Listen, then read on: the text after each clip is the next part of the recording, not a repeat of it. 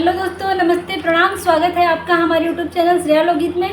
तो दोस्तों, एक बहुत ही मार्मिक और प्यारा गीत है लेके प्रस्तुत है आपके सामने, और ये विवाह का गीत है। दोस्तों, गीत अच्छा लगे तो लाइक कर दीजिएगा और चैनल पर नए हैं तो सब्सक्राइब कर लीजिएगा।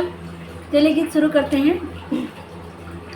कई कोस चमकेला सोना के सिंहोरवा, कई कोस चमके लीलार हे, कई कोस चमकेला सोना के सिंहोरवा, कई कोस चमके लीलार हे।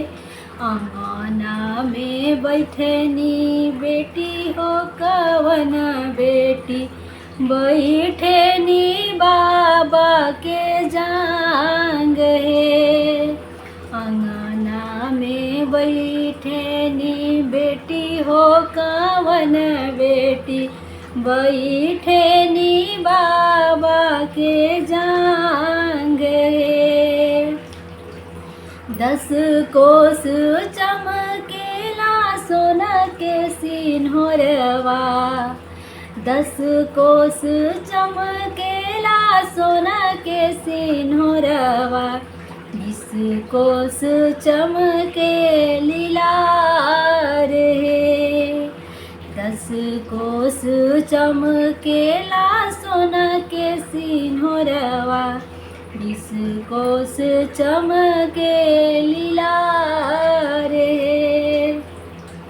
अंगना में बैठेली बेटी हो कवन बेटी, बैठेली बाबा के जांग हे। अंगना में बैठेली बेटी हो कवन बेटी, बैठेली बाबा के जांग हे। अंगना में रोवे भौजी भैया दुअरिया, माई रोवे नी फूका फार हे। अंगना में रोवे भौजी भैया दुअरिया, माई रोवे नी फूका फार हे। अंगना में रोवेली बेटी हो कवन बेटी, मड़ावा में रोवेली बेटी हो कवन बेटी, बैठी के बाबा के जांग हे। मड़ावा में रोवेली बेटी हो कवन बेटी, बैठी के बाबा के जांग